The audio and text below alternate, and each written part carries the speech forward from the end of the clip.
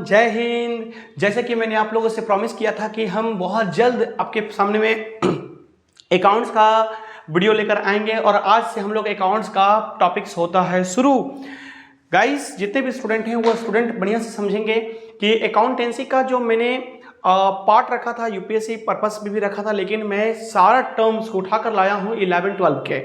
तो 11-12 के जितने बच्चे पढ़ रहे हैं उसके लिए बहुत बेनिफिट है ना। मैं भी हो सके तो ग्रेजुएशन के भी चैप्टर में डाल दूंगा, तो वो सारे के सारे आप लोग को तैयारी लेवल तक भी आपको समझ में आएगा कि अगर कोई भी आप किसी चीज का तैयारी करते हैं तो आपका अकाउंट से अगर आपका बेस्ड है, बैकग्राउंड अकाउंट्स का है, तो आप यहां पर समझ सकते हैं अकाउंट्स का। तो मैंने बड़ा ही मेहनत करके आप लोग के लिए वीडियो बनाकर लाया हूं। आप लोग प्लीज इसको लाइक कीजिएगा, सब्सक्राइब कीजिएगा और आपको इसी तरह से अच्छे अच्छे वीडियोस मिलेंगे। तो गाइस, जितने भी हैं सब फटाफट मेरे चैनल को सब्सक्राइब कर दीजिए, लाइक कर दीजिए, बेल आइकन को दबा दीजिए ताकि आपको इस तरह का धमाकेदार वीडियोस आपको मिलते रहेंगे। ठीक है, फिलहाल तो मैं अभी इंट्रोडक्शन टू अकाउंटिंग का शूट कर दे रहा हूं, वीडियो आपको दे रहा हूं। इसके बाद आप लोग का पार्टनरशिप का बहुत जल्द मैं लेकर आऊंगा।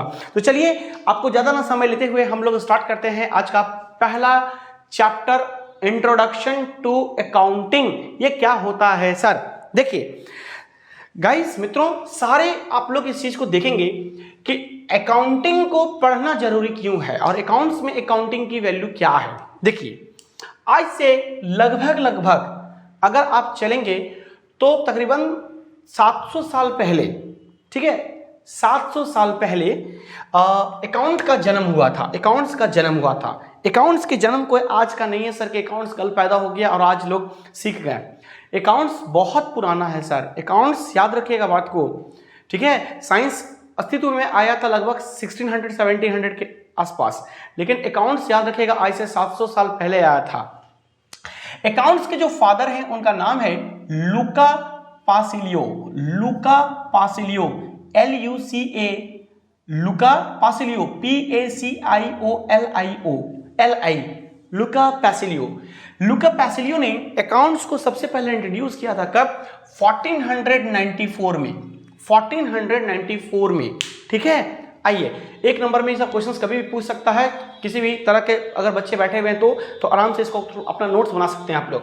देखिए, अकाउंटिंग में दो डेफिनेशंस बहुत ज्यादा लोग इसको याद करते हैं, तो मैंने दोनों डेफिनेशन को यहां पर रखा। इसमें से मेरा फेवरेट भी कौन सा है मैं बता दूंगा आपको, ठीक है।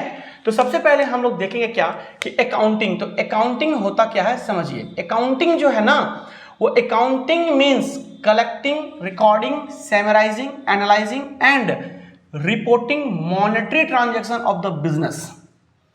एक बहुत ज्यादा लोग इसी को याद करते हैं, ठीक है, जो अभी आपके सामने में दिया हुआ है। अकाउंटिंग को जानने से पहले ध्यान से सुनिएगा, अकाउंटिंग को जानने से पहले आपको मैं एक चीज समझाना चाहता हूं। अकाउंटिंग को पढ़ क्यों रहे हैं सर? तो accounting is the language of business. ध्यान से सुनिएगा, accounting is the language of business. Accounting जो है ना, वो बिजनेस के एक लैंग्वेज के टर्म पर इसको यूज किया जाता है। देखिए, अगर आप यहां से कहीं गांव देहात गए, बात को समझिए, जैसे अपने गांव गए, देहात गए आप, तो वहां पर जब जाइएगा तो वहां जनरली जो लोग होंगे वो किस टर्म पे आप बातें करेंगे? बात को समझिएगा, परिवार के टर्म पे ज़्यादा बातें करेंगे लोग, आपके व्यापार के बारे में ज़्यादा बातें करेंगे लोग, आपका आपकी खुशहाली के बारे में पूछेंगे, आपके घर परिवार के बारे में पूछेंगे, काम कैसा चल रहा है ये पूछेंगे। आप अपने मित्रों के पास जाएंगे, दोस्तों के पास जाएंगे, जो कैजुअल में आप लोग बैठते हैं उठते हैं, उनके पास जाएंगे तो क्या बातें होंगी? हंसी मजाक होगी, ये होगी। हर एक दौर पे ना हर एक चीज़ों को हम लोग वहाँ पर कम्युनिकेट करने के लिए पर्पस होता है। अब बिजनेस करेंगे सर, तो बिजनेस के लिए हमें क्या बात करना पड़ेगा? समझिए इस बात को। बिजनेस करने के लिए हमें बिजनेस के टर्म पर हम उस शब्द को लाना पड़ेगा। बात को समझे? तो जो बिजनेस के टर्म पर जो भी भाषा का प्रयोग हम करते हैं उसी को हम लोग अकाउंटिंग कहते हैं। बिजनेस के टर्म पर जो लैंग्वेज का प्रयोग करते हैं उसे हम लोग क्या कहते हैं? अकाउंटिंग कहते हैं, ठीक है। अब देखिए ध्यान से, accounting means collecting, recording, summarising, analysing and reporting monetary transaction of the business. मतलब अकाउंटिंग जो है ना वो कलेक्टिंग होता है, रिकॉर्डिंग होता है, समराइजिंग होता है, एनालाइजिंग होता है और reporting monetary transaction of the business, सब बताएंगे आपको। बस एक शब्द यहां पर समझ जाइए, मॉनेटरी ट्रांजैक्शन। ये मॉनेटरी ट्रांजैक्शन क्या होता है सर? हम लोग जब अकाउंटिंग के टर्म को पढ़ेंगे तो अकाउंटिंग में बच्चों याद रखना कि हम लोग सिर्फ पैसों के टर्म को पढ़ेंगे। मॉनेटरी ट्रांजैक्शन का मतलब आपको हमेशा मनी के टर्म में बात करना पड़ेगा, पैसे का लेखा जोखा को बात करना पड़ेगा, ठीक है। देखिए, एक ये हो गया, दूसरा मेरा हो गया सबसे ज्यादा मेरा फेवरेट वाला ये है, accounting is a systematic process of identifying, measuring, recording, classifying, summarising, interpreting and communicating financial information. देखिए, कहता है कि अकाउंटिंग जो है ना एक सिस्टमैटिक प्रोसेस है। समझिए इस बात को, आप ये हैं और आपने सोचा, क्या सोचा कि मुझे कोई बिजनेस करना है। आपने कुछ आओ न देखा ताओ, आपने क्या करा कि आपने एक बाइक का शोरूम डाल दिया, बहुत अच्छा सेलिंग चल रहा है सर, है ना, इसको हम लोग क्या बोलेंगे, फॉर्म बोलेंगे। आपने शोरूम डाल दिया सर बाइक का, ठीक है सर, डाल दिया हम।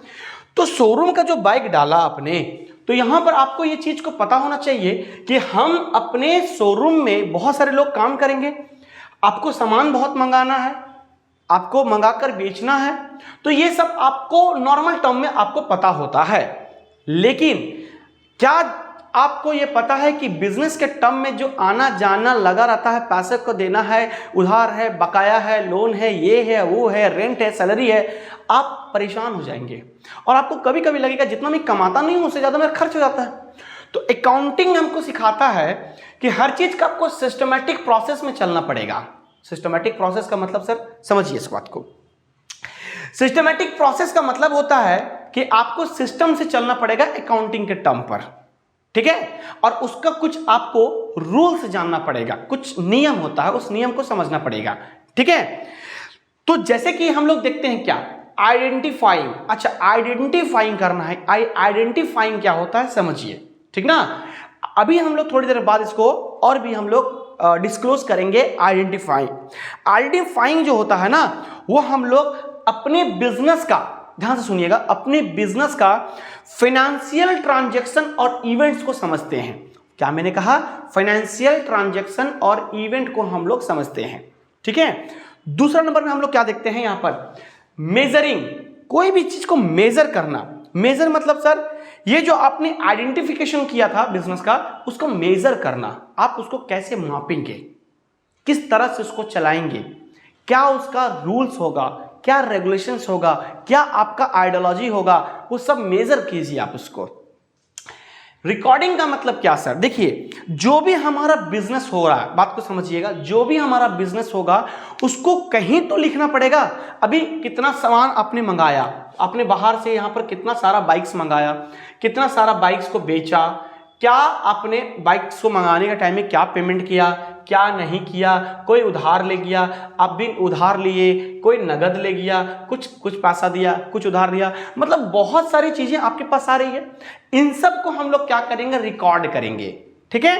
आइए, इसके बाद होता है क्लासिफाइंग। अब देखिए हर एक चीज का, अब इधर पर क्या हो गया, आपने जिससे सामान मंगवाया वो आपको परेशान किया हुआ है, आप जो बिजनेस कर रहे हैं इधर से आपको परेशानी हो रही है, कोई आपसे उधार ले गया, मतलब अगर देखा जाए तो आपका क्या बोलते हैं, आपका बिल क्रेडिट में चला गया, आप उसके लिए आपको परेशान हो रहे हैं, आपका बिजनेस सही से नहीं चल रहा, आप उसके लिए परेशान है, और भी सामान कहाँ से मंगाएं, किस तरह से करें, सैलरी आपको पेमेंट करना है, आप कितने सारे परेशान हो रहे हैं और आप भूल भी जा रहे हैं कहाँ कितना कितना पैसा देना है। तो आप ना क्या कीजिए, क्लासिफाई कर दीजिए, हर एक चीज का अकाउंटिंग टर्म में डिवाइड कर दीजिए, और डिवाइड करने पर सबका सेपरेट सेपरेट अकाउंट बनाना शुरू कर दीजिए, ठीक है। सेपरेट अकाउंट बनेगा, उसी को हम लोग क्या बोलेंगे, क्लासिफाइंग बोलेंगे।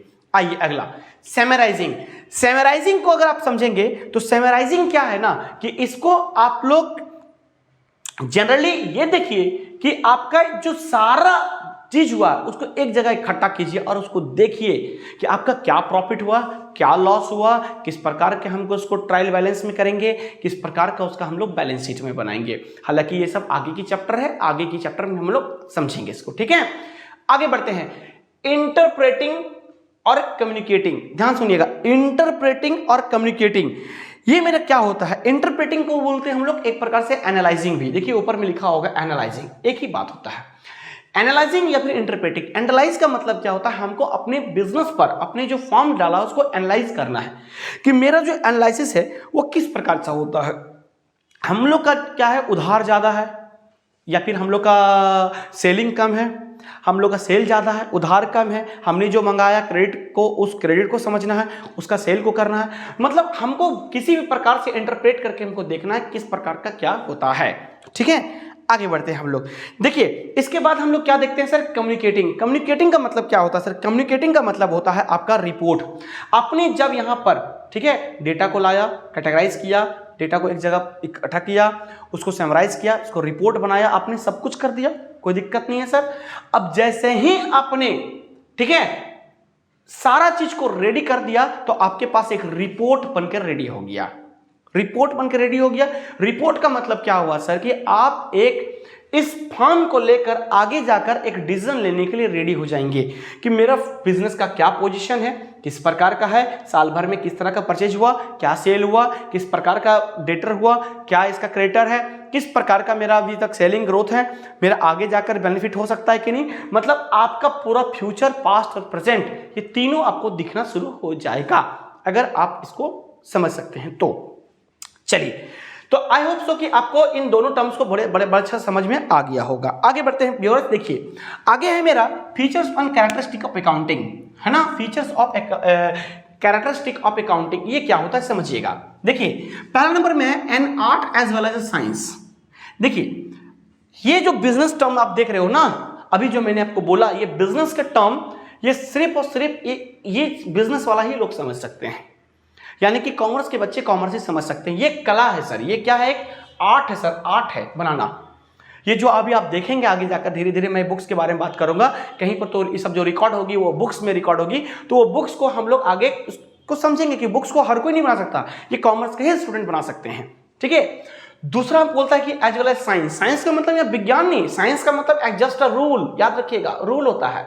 मतलब ये जितने भी अकाउंट बनेंगे, बुक्स में रिकॉर्ड होंगे, सबका कोई ना कोई क्या होगा, एक रूल होगा, एक नियम से होगा। ऐसे नहीं कि आपने कुछ भी कहीं पर लिख दिया, ऐसा नहीं है।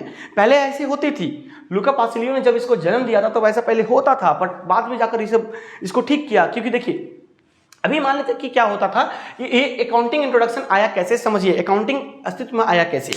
मान लीजिए कि आप एक मोहल्ले की दुकान पर गए, ठीक है, उस मोहल्ले की दुकान में आपने क्या करा कि आपने मोहल्ले वाले से बोला कि आपने वहां पर एक गुमटी है, उस गुमटी वाला को बोला, गुमटी गुमटी है ना भैया, भैया हमको एक चॉकलेट दो। तो आपने चॉकलेट ले लिया, ठीक है, बोले भैया पैसा अभी नहीं देंगे, कब देंगे, 1 महीने के बाद देंगे, मेरा सैलरी आएगी तब। तो आप एक काम कीजिए, कहीं लिख लीजिए। उसने क्या किया, एक खाता बनाया आपके लिए, अकाउंट बनाया, ठीक है, और उसमें लिख दिया आपका चॉकलेट। फिर आपने क्या किया, थोड़ी देर के बाद भैया बिस्किट देना, पैसा बाद में, याद रखिएगा, लिख दिया। भैया थोड़ी देर के बाद हमको एक मिक्सचर दे दीजिए, आपने मिक्सचर ले लिया, ठीक है।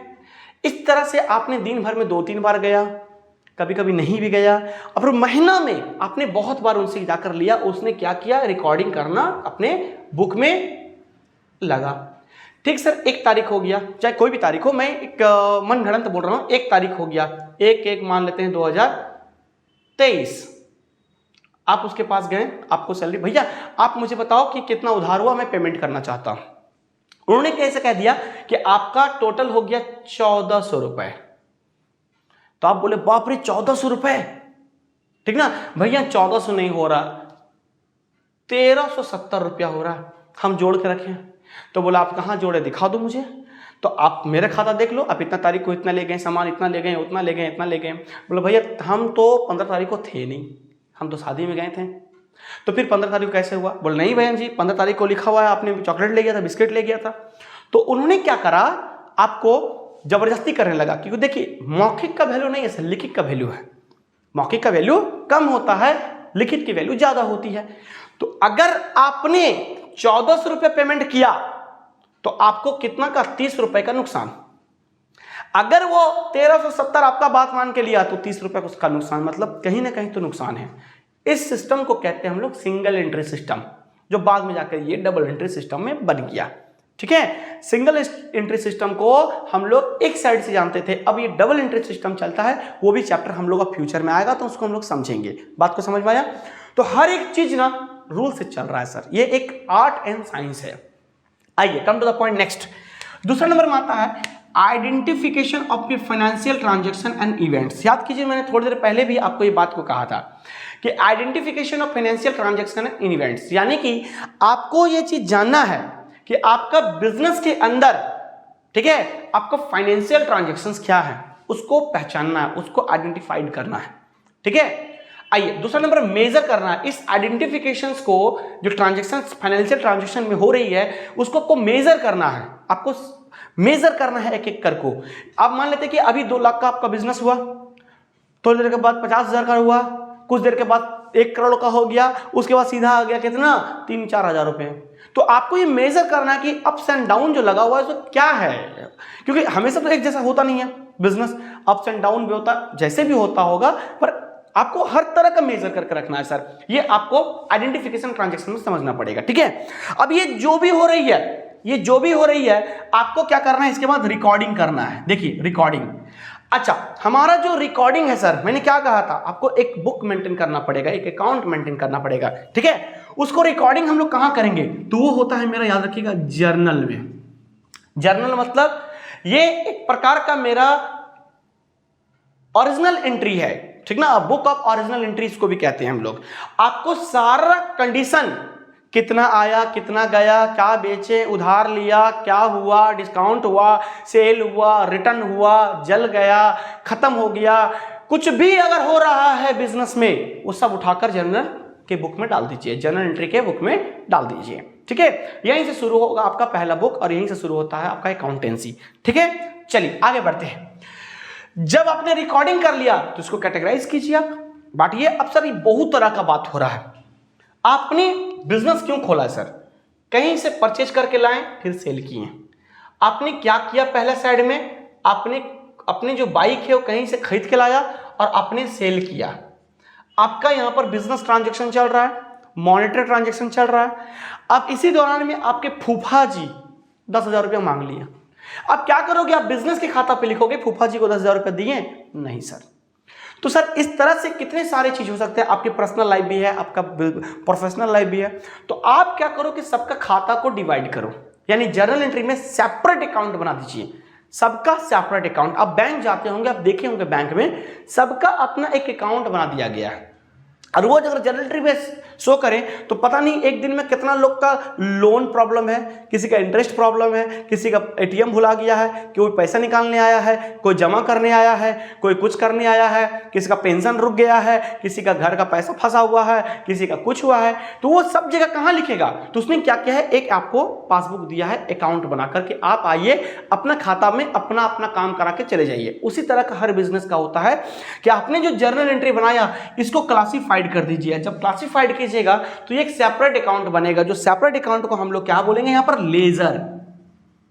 लेजर बोलेंगे, यानी कि लेजर को हम लोग यहां पर इंटरप्रेट करेंगे। आगे बढ़ेंगे हम लोग समराइजिंग। समराइजिंग का मतलब क्या होता है सर, देखो जो भी आप बनाते हो उस सब को ना आप क्या कीजिए, हमको कहीं ना कहीं एक प्रकार के फाइनेंशियल पोजीशन को समझना है। तो यहां पर हम लोग बनाते हैं ट्रायल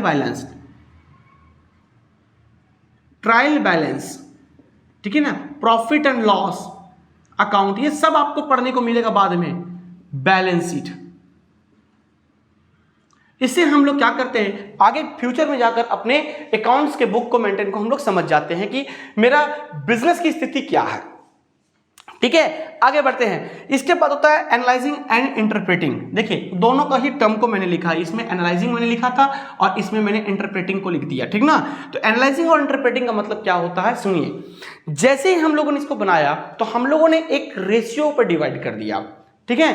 अभी आप लोगों ने देखा होगा, ठीक है, कि हिंडबर्ग ने अडानी कंपनी को, ग्रुप को लगाया है एलिगेशन। तो उसमें क्या दिखाया आपको कि कुछ कंपनियां ऐसी हैं उनकी, ठीक ना, जिसकी करंट रेशियो, याद रखिएगा बात को, करंट रेशियो लायबिलिटी उसका ज्यादा है, आपका करंट आपका रेशियो उसका कम है, यानी कि उसका जो एसेट है वो आपका कम है और उसके लायबिलिटी ज्यादा है। इसका मतलब क्या हुआ कि हम लोग इसमें ना इंटरप्रेट करते हैं किसको, जैसे हो गया आपको रेशियो एनालिसिस, रेशियो एनालिसिस, ठीक है। जैसे इसमें देखते हैं कैश फ्लो, इसका कैश फ्लो क्या है, इसी तरह का चीजों को हम लोग इंटरप्रेट करते हैं और इसे हम लोग जानने की कोशिश करते हैं कि एक्चुअल में फर्म का या बिजनेस का क्या कंडीशन पर है, ठीक है। इसके बाद जानते हैं हम लोग क्या ये सब कुछ होता है तो हम लोग लास्ट में रिपोर्ट करते हैं ताकि हम लोग कम्युनिकेशंस कर सकें, आगे जाकर बिजनेस में हम लोग और भी डिसीजन ले सकते हैं। अगर मैनेजमेंट पर अगर कुछ ऐसा है तो मैनेजमेंट आपका तुरंत डिसीजन ले सकता है, ठीक है। आगे बढ़ते हैं। ऑब्जेक्ट ऑफ अकाउंटिंग, देखिए to maintain the records of the business transaction. देखिए बिजनेस के अंदर जो भी ट्रांजैक्शन हो रहा है ना सबको मेंटेन करके रखना, आपको हमेशा हमेशा मेंटेन करके रखना पड़ेगा, ठीक है। दूसरा नंबर में आता है आपका क्या कि to calculate the profit and loss. Business में जो भी हो रहा है ट्रांजैक्शन इधर उधर वो सब को आपको उसके प्रॉफिट एंड लॉस को हमेशा कैलकुलेट करना है। तीसरा नंबर में to find the financial position of the business. अच्छा, बिजनेस की जो फाइनेंशियल पोजीशन है उसको फाइंड आउट करना है। फाइनेंशियल पोजीशन ऑफ बिजनेस यानी कि मैंने स्टार्टिंग में ही बता दिया था आपको, उसको आइडेंटिफाइंग एंड मेजरिंग करना पड़ेगा जिससे आपको पता चलेगा कि मेरे बिजनेस की फाइनेंशियल पोजीशन कहां तक पहुंची है। To check and compare account growth of the business. अच्छा, बिजनेस की जो ग्रोथ है ना उसका आपको देखना है डेटा कि पिछले साल क्या थी मेरा बिजनेस के ग्रोथ, इस साल क्या है, तो आने वाला समय का हम क्या ग्रोथ रेट लगा सकते हैं, ठीक है। तो हमको क्या करना है, चेक करते रहना है, अपने बिजनेस के ग्रोथ को कंपेयर करना है प्रीवियस ईयर से करंट ईयर, करंट ईयर से आने वाला ईयर पर, है ना। तो उसको हम लोग मेंटेन करते हैं बुक को। To provide information to the various parties. अच्छा, ये जो होते हैं बिजनेस का क्या होता है ना, बहुत सारे टर्म्स में पार्टीज होते हैं, उसके अंदर भी पार्टीज होते हैं, आगे भी पढ़ेंगे पार्टनरशिप में कंपनीज में क्या होता है सब। तो इसमें क्या होता है, ये सब इंफॉर्मेशन, ये सारे डेटा को कलेक्ट करने के बाद इंफॉर्मेशन को प्रोवाइड किया जाता है जिससे हम लोग डिसीजन मेकिंग पावर बढ़िया हो सके, ठीक है। आगे आइए, टाइप्स ऑफ अकाउंटिंग। देखिए टाइप्स ऑफ अकाउंटिंग क्या होता है, ध्यान से सुनिएगा। टाइप्स ऑफ अकाउंटिंग जो है हम लोग कितने प्रकार के पढ़ते हैं, तो टाइप्स ऑफ अकाउंटिंग जो है वो हम लोग पढ़ते हैं, ठीक है, 3 प्रकार का। पहला होता है मेरा फाइनेंशियल अकाउंटिंग, दूसरा होता है मेरा कॉस्ट अकाउंटिंग, तीसरा होता है मेरा मैनेजरियल अकाउंटिंग। पहला होता है मेरा फाइनेंशियल अकाउंटिंग, दूसरा होता है मेरा कॉस्ट अकाउंटिंग, तीसरा होता है मेरा मैनेजरियल अकाउंटिंग। देखिए फाइनेंशियल अकाउंटिंग जो है ना ये कंसर्न करता है, financial accounting is mainly concerned with the recording, classifying and summarising. देखिए यहां पर मैंने आपको बताया था रिकॉर्डिंग, क्लासिफाइंग एंड समराइजिंग, इन तीनों को हम लोग क्या बोलेंगे, ये फाइनेंशियल अकाउंटिंग के अंतर्गत ये आती है, ठीक है। उसके बाद हम लोग पढ़ते हैं क्या, कॉस्ट अकाउंटिंग। कॉस्ट अकाउंटिंग मेरा क्या होता है, तो कॉस्ट अकाउंटिंग मेनली जो होता है ना वो इन्वॉल्व होता है किसका, classification, accumulations, assignment to control the cost. देखो जब कोई फर्म के अंदर हम लोग कुछ भी प्रोडक्ट को बनाते हैं तो उसका जो रॉ मटेरियल्स होते हैं उसमें जो आपका मेकिंग पावर्स होता है, इन सब चीज को हम फाइंड आउट करते हैं ताकि हमारा जो लागत है, कॉस्ट है, उसको हम लोग कंट्रोल कर सके और हमारा जो बजट है, मतलब एक होता है ना हर चीज का बजट, उसमें हम लोग अपने आप को ठीक कर सकते हैं, ठीक है। तो हम लोग कॉस्ट अकाउंटिंग में यही सब चीजों को जानते हैं, ओके।